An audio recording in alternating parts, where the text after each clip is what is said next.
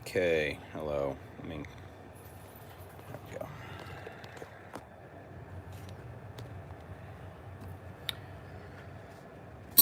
go.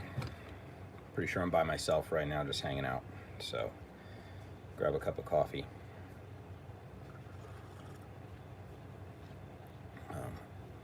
I think we'll take a quick puff. And then just, chat a little. Update everybody on, I don't know, whatever people update people on YouTube.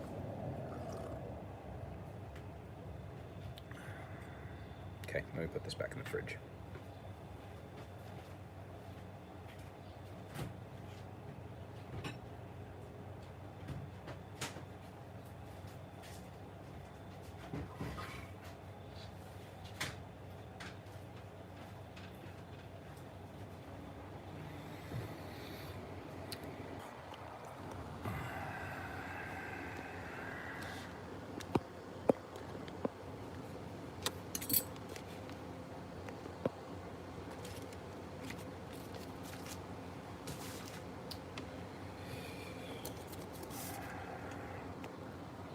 Yeah, so basically, seriously, just a live this morning because I haven't been on YouTube for like 2 months, and there's just a lot on my mind and a lot, kind of behind why that's the case. I'm catching this light from the overhead lamp, and I don't like it, so let me see if I can change where you guys are hanging out slightly. There we go, for the moment. If and when you get here, I don't think I'm talking to anybody just yet, but let me know if you hear me. Okay, because I'm not using an external mic or anything. And we're just using the phone out here in the garage. But let's have a quick puff together. I plan to talk today about a couple different things. The new channel, mobility and comms. What I've been up to over the last couple of months. Some interesting, kind of neat personal developments and news. Then some other interesting and less neat developments and news, but it's all good. And yeah, so that's that. Let's see. Also trying to see what happens. Oh yeah, look at that. I'm live on YouTube as we speak. There we go. Perfect. Okay, let me put him on mute, this guy. There we go. All right, I'm watching myself over there on the second screen because why not? There we are. It's Inception. Technology, what can I say? This is the garage setup, actually. It's a total mess.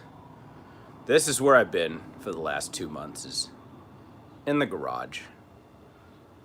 I know, there's a computer in my garage, what the hell, but it's a mess. It's the zone. This is where we hang. There's the Whizzer. You guys have seen that on mobility and comms, out riding. A couple more bikes behind me right there. A couple of rad power bikes, really fun bikes as well. Let's put you down though, stabilize you. Let's get your supplies. All right, let's get safe real quick. I'm gonna use the old dab rig.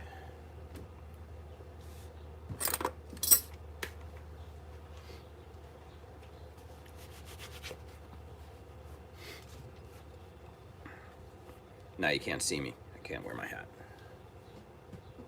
Can't wear my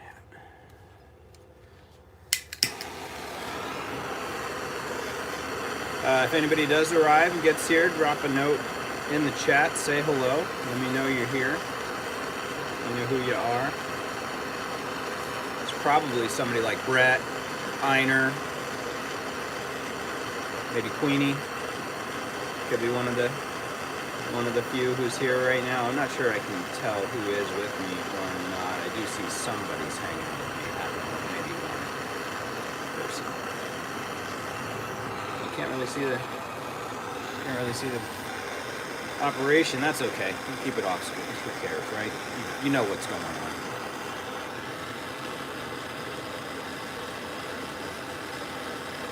So guys, I've just been frustrated. How can you be a conspiracy theory podcaster and literally I can't make up stuff weirder or scarier or more dystopian than what we're experiencing in the world right now, vis-a-vis the continued worldwide pandemic, the town disease that just keeps on giving. And we'll get to that. But I mean, it's so much more than just the pandemic.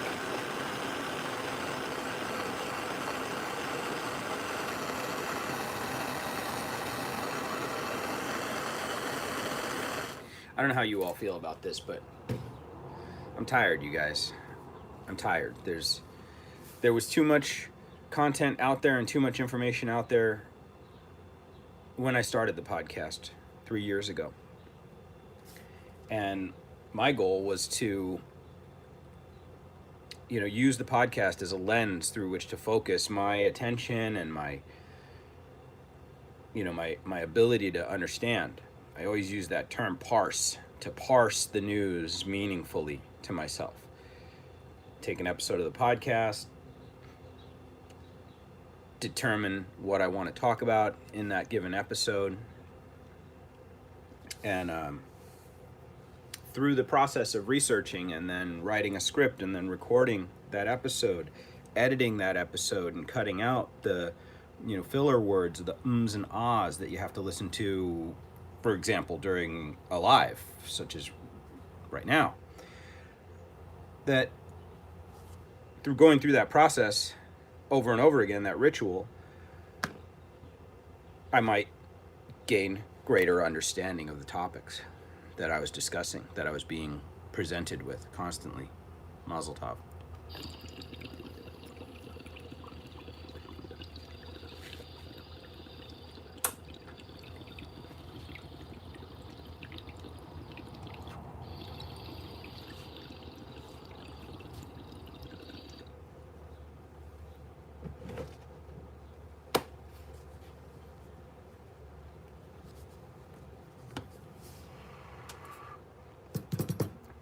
What does Mazel Tov actually mean? You should look that up.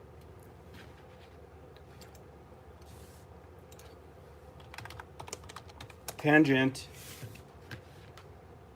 It's literally the first thing. Ooh, potential security risk ahead. See, don't ever go to the Yahoo. Merriam-Webster, give it to me. Congratulations. It's used to express congratulations. It's from 1862, Hebrew. Mazal Tov. Literally, good luck. I love it. I love it even more now. 47 years old, just fucking looked up Mazel Tov for the first time in my life. Shameful. Okay, so you guys get it. Okay, the news is crazy. I couldn't make up crazier shit than is actually going down in the news. I've been dismayed by a lot of things.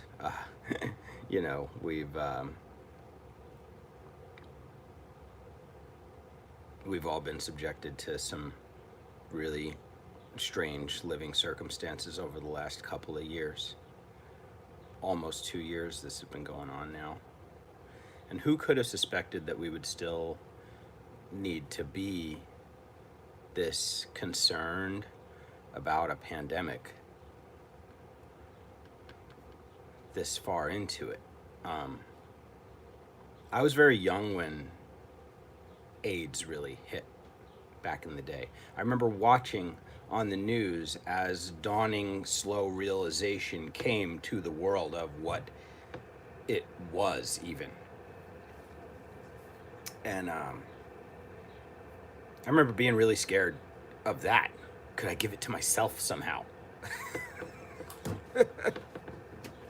How do you catch it?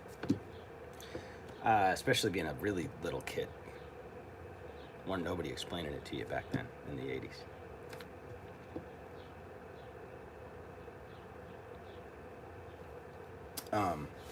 So yeah, I guess we'll just jump straight to the part where I tell you all that here's a personal anecdote for you, okay? And I see there's 3 of you here, I think. So if there's 3 of you here, drop me 3 thumbs, man. Give me a thumbs up. Say hello. Say hello in the comments, in the chat or something. Let me know you guys are here. All right. I love it. Here's the personal anecdote, though. I'm the oldest of 6. I'm adopted. My mom and dad had a lot of trouble getting pregnant initially, early in their marriage. So much so, that my mom, unfortunately, dealt with several miscarriages and everything. They thought they couldn't have babies. They went through the whole process in New York in the early 1970s to become adoptive parents, and got me in a closed adoption. And that's another story I was going to tell you guys about today, but let's keep it in the current time frame right now. They got me, though. I'm adopted, and I was an infant. Interestingly enough, as many adoptive parents will tell people in stories of their own, in their personal experience, for whatever reason, once they had me, their natural conception problems really seemed to resolve themselves. And by that I mean really resolve themselves, so much so that I have 5 younger siblings, all biological. So, of my parents. So, pretty cool. Pretty fun gang. We're all really different, philosophically and political views wise. Okay. In terms of a lot of, how we, are dealing with the world right now. These very things that, weigh heavily on me. Anyway. Great kids, all of them. I got 1 brother, 4 sisters. And we all got together a couple of weeks ago, right? Some of them live out of state. My parents live out of state. They're still with us. And everybody got together. Now, my wife and I are vaccinated. Again, not a very good conspiracy theorist. I know. Here I am over here getting the fucking jab. What do you want? They were offering us free joints here in Washington. What am I going to do? Just kidding. I didn't take the fucking joint. But she works in education. We live and operate in the system in a meaningful way that makes it very difficult for her or for me to imagine, trying to seriously, conscientiously object to the vaccine. I'm glad we got it. Why am I glad we got it? Well, let me tell you, the family came into town. All these brothers and sisters, they brought their kids, their partners, my parents. There's a lot of nieces and nephews and little cousins already, guys. You see where I'm going with this, right? How many people do you think out of this family popped positive by the time they went home after hanging out for 4 or 5 days together? We stayed at our own place, just came and went. Sat outside on decks in open air most of the time. Go inside, use the bathroom, something like that. Went out for bike rides and walks with the family. My family did, and played at playgrounds with the kids. No sleepovers.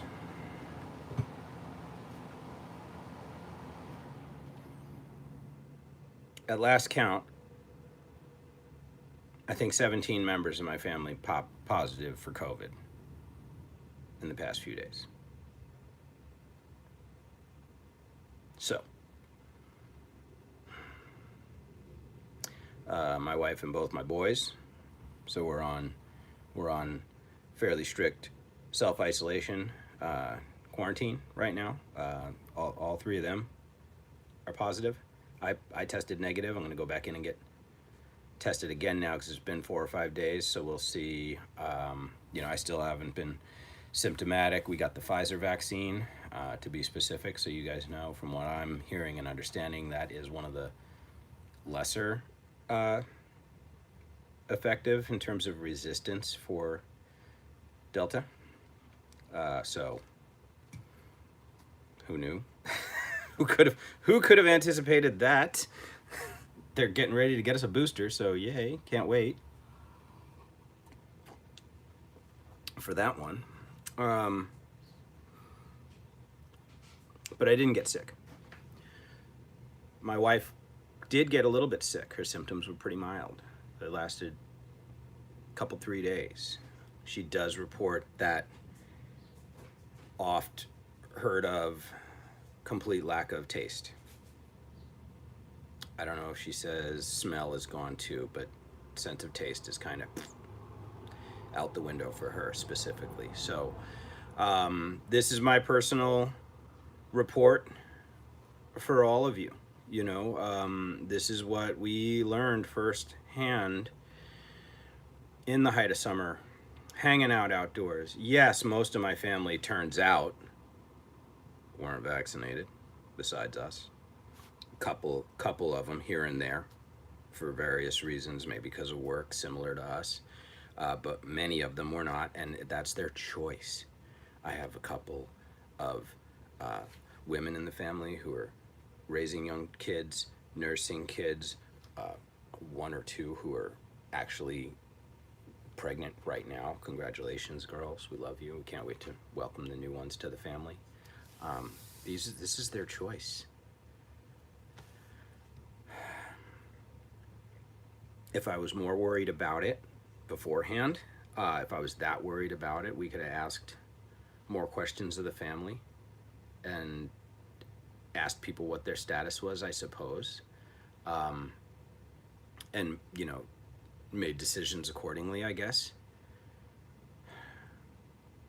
Perhaps having experienced what we experienced this time, and by the way, the many other family members who did go pop positive, many of them had what seems like a little bit more severe symptoms than we did. So take that for what it's worth. And by a little bit more, it sounded pretty uncomfortable for them. Very rough flu-like kind of symptoms. And, we sort of had a thread going on it in the family, and people were just letting each other know how we were doing after the fact.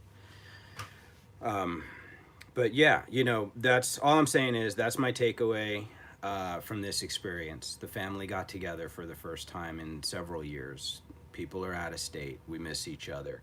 Parents are getting older. Young family members haven't even seen some of the older family members, maybe ever in some cases, or ever in a meaningful way, right? Since they were an infant, a babe in arms. So, this was cousins getting together, meaningfully for, in some cases, the first time.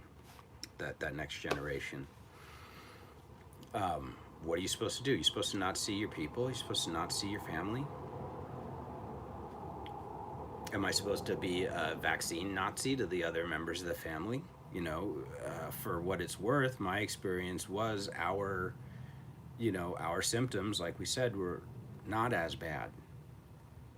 So maybe the shot worked like they said it was supposed to work. They say if you get it, you won't go to the hospital. If you get it, you won't probably keel over.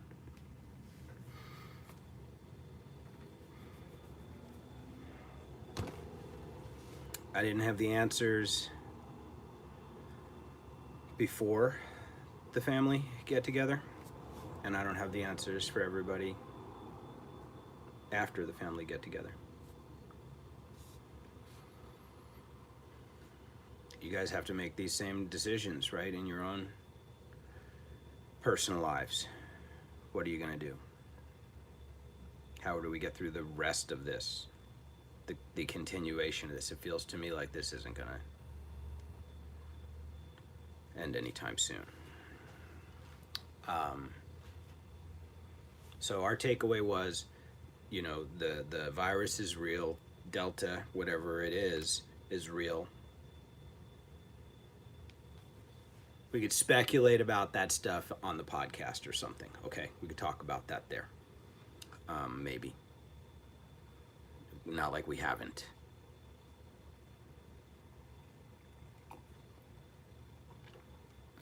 But that, yeah, that you can have a super spreader event, your very own. Just try it. Thankfully, everybody in our gang is reporting that they're hanging in there or on the mend right now. I understand, though, with Delta, this shit is weird, and it can come back and get you after you think you're on the mend, after you think you're out of the woods. It'll come back and lay you low. So we're resting hard around here and taking it slow and taking care of the garden and stuff. And yeah, hoping for continued full recovery. Maybe I'll let you guys know in like a community post over the next few days what my next COVID test gives me. But again, I'm negative and have been also non-symptomatic, but you know, you can test negative, but you live in a house with 3 people who are positive. I'm for sure a risk to, you know, people, so I got to stay, you know, for the most part, completely out of the public right now. My quarantine doesn't end until 10 days after theirs ends, unless I test negative again now, I think in the next couple of days. Like, that's, you have to test negative once and then test negative again 5 or 7 days later, and then you can like time your self-quarantine to end at the same time as the positive person that you're exposed to. Good times. We still count ourselves lucky right now on this. We really do. So, yeah. Hello, who is with me? Could you guys holler in the chat? Anybody say hello or no? No? You're just a quiet bunch. There's 5 of you, so I know you're there. Now you're all gonna leave, of course. That's cool. Whatever, you guys. Hey, come to the other channel. All right, Mobility and Comms with KJ7 WQK. That weird lingo there is my ham radio call sign. Yes, I'm that big of a nerd. I'm an amateur radio guy now. My mustache got wider because of it, I think, right? Something happened. It just got wider by accident. I think it was when I got my license. Mobility and Comms. Focusing a lot on bikes. I just took a hard swerve into e-bikes over the last couple of months. There's bikes around here you guys haven't even seen that are amazing, that are just on the beginning of their journeys in terms of riding them, exploring their capabilities, customizing them.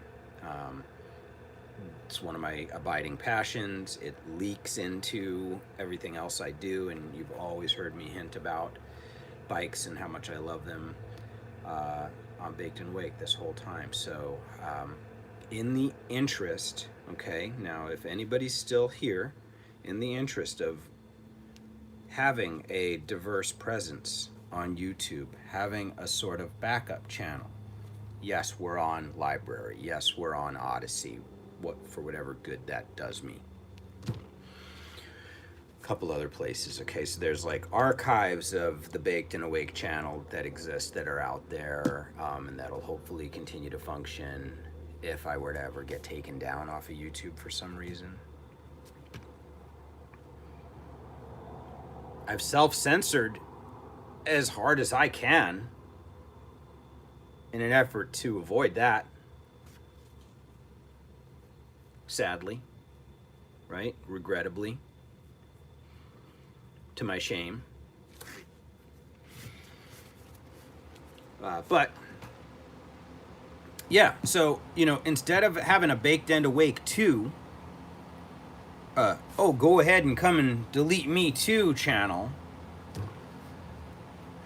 I wanted a channel that would allow me to have fun with a couple of practical things that I care a great deal about. One that I know a great deal about, that being bikes. Not to, like, toot my own horn too bad, but I know my way around my bikes, and I'll be happy to share that with all of you. I love it. It's the best. Bikes are amazing. They're the most powerful thing you could have, and all the more lately I'm getting back to bicycles, and these e-bikes and things, even over the motorcycles that I've loved so much for the last however many years. But this is where we should be. This is where I need my Baked and Awake community to follow me, is over to Mobility and Comms with KJ7WQK, because that's gonna be my backup. And expect and know that although the stated purpose of that channel is expressed in the name, just like on this channel, you'll feel and get the flavor of the person who's presenting the info to you. I'm into mobility and comms because I'm into preparedness and, you know, survivalism, whatever you want to call that. Like, you know, just like, yeah, preparedness, right? Emergency family preparedness. All right. We're 26 minutes in. I'm down to 2 people hanging out with me. So all I can hope is that a few of you come and visit me later on this stream and catch up with me later on this. But yes, check out Mobility and Comms. You're going to learn about the bikes that I've got. You're going to learn about the mods that I'm doing to them. In this case, we're talking about, again, a lot of newer tech that I'm learning about in real time right now, and that I'll begin to share with you guys the moment I feel conversational enough about it to put my stinking face up on the screen and ask anybody to pay attention to what I think I've got to say about it, right? Because there's many years of other people, good people's work out there that I'm very busy consuming right now as I learn what works for us at all. So I think this is a great time to have one more puff together, and then we can all get ready to get on with our respective very busy and important days. If you're here and you got anything for me, I'm here. This is a two-way window right now. Holler at me. I think it's right there. There's a chat box right there. Chat it. Or not.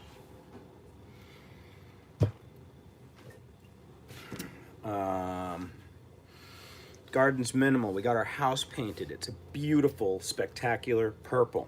If you guys want me to, I'll post a picture of the house on the community page too. So beautiful. Elmer, if you ever watch this, no, I'm grateful.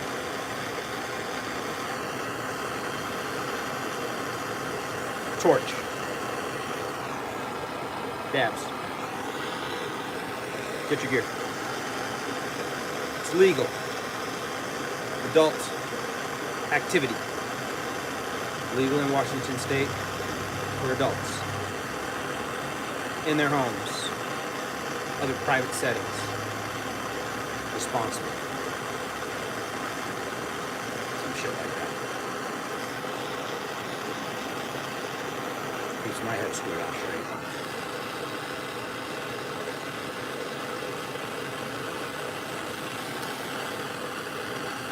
Taking some basic multivitamins and stuff to stay ahead of the COVID, and the only supplement I'm taking, like weird holistic shit, is black seed, if you're familiar with it. They say it's good for immune health support. I don't have any horse ivermectin or anything handy, so Now what? See, this is how you get in trouble. Fired up. That's right, Brett. Where you been, man? I've been looking for you. I think I shouted you out earlier in the stream, by the way. So, yeah. So we've been talking about a lot of things, a lot of other things already. So, but now we're on to, we're just wrapping it up, and I'm saying, please join me, all of you, Baked and Awake community, join me over at Mobility and Comms. It's my second channel, and we're going to consider it the Baked and Awake backup, at least as far as YouTube presence go. And it's possible you may see a little bit more content over there over the next few months as I just try to get my act together on that front. And it's going to be a place for us to keep it more low-key, keep it more practical, focused in on these two topics.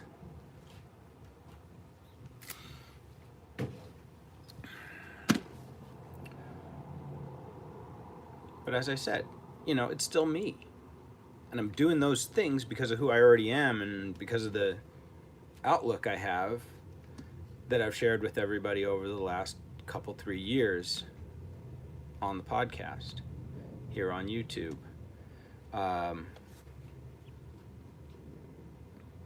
It will be fun. It will be couched in, interesting, speculative places in the head. It's preparedness is about like positing scenarios and like going out and practicing a little bit, right? Is it LARPing? Probably. What else are you supposed to do with your damn lives, people? Go LARP. Do something. LARP something. We got fishing licenses. Okay, we're going to LARP as fishermen. I'm going to catch something this year, too. When we do, we'll probably go live. I'd like to do a catch and cook. And I want to catch something right out of Lake Washington here because it's at the bottom of the dang hill from my house. Come on. I know that sucker's full of fish. Absolutely full of fish. I'm trying to catch them from the shore for now, but we're looking at dinghies. We'd like to get a dinghy one of these days. That'd be amazing. But yeah. Mobility and Comms with KJ7WQK. KJ7WQK is my call sign for amateur radio. Become a licensed amateur radio operator, and you can use a bunch of unbelievable technology, communications technology, stuff that I can't even, I mean, it's amazing. I can get into it, and we will get into it over on that channel. This shit is cool, though. It's really cool. I'm also really nerdy, though. You already know that.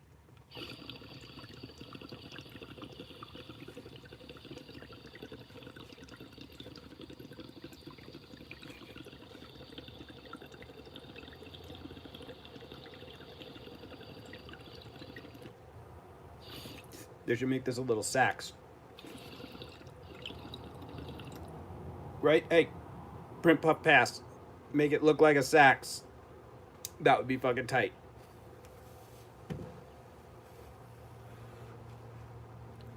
That goes up on a little magnet. The shelves are steel. I never lose my little dabber. Rarely drop it. All right, you guys. I love you. I miss you.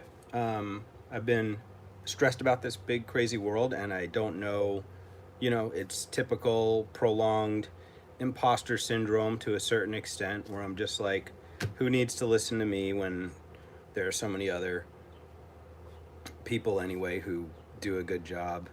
Then there's so much about when I get on and do stuff that ends up being personal commentary, I really feel like there's just no need for that. So much of the time when I listen to others, when they go there, I feel like they're coming down from a place where, okay, you were doing something for me here. You were providing some value and some info and a maybe it's a story, maybe it's a topic that's challenging, or a historical topic, or a mystery, whatever it might be. That's the content that I think I like creating the most, and maybe that's what I need to also remember to get back to and focus on, which I'll leave you guys with this. I do have a cool topic that just sort of came to me in the last few days. And if you're on the live, you can actually hear about it, because it actually helped me out and get at me with anything you can find on this.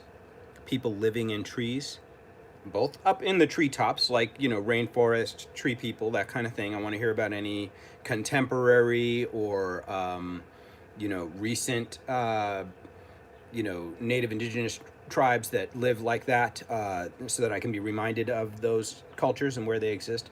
But also, I became aware of a mythology in North America, in Appalachia, of people living in the hollows of trees, in large sycamores in particular, that are cavernous inside at their bases. And I guess these trees have, in some cases, a tendency to end up like this. I don't know whether it's through like surviving a lightning strike that caused a fire that then the tree somehow weathered and, lived through anyway, or whether it was rot.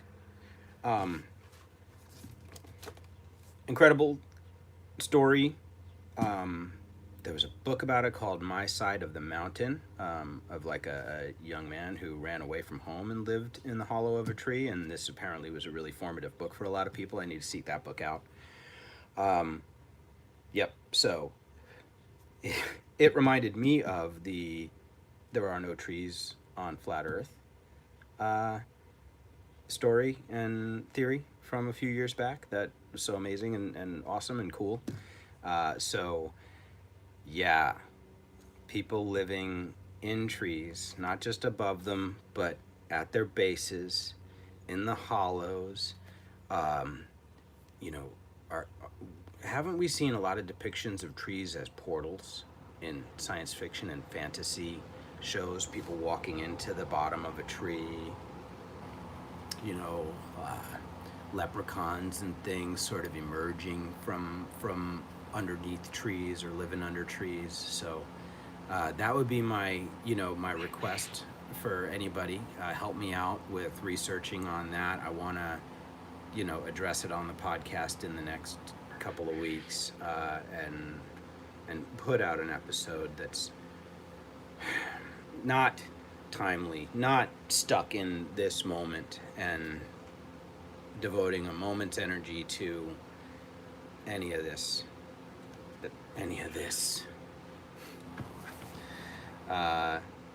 and spend some time thinking about something like that for a bit. All right, you guys, you're the best. I love you. You know what to do.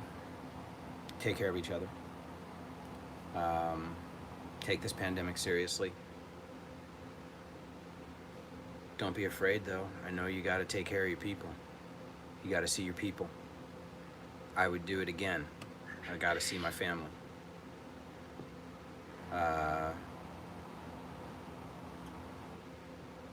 Smoke indica. Do shit anyway.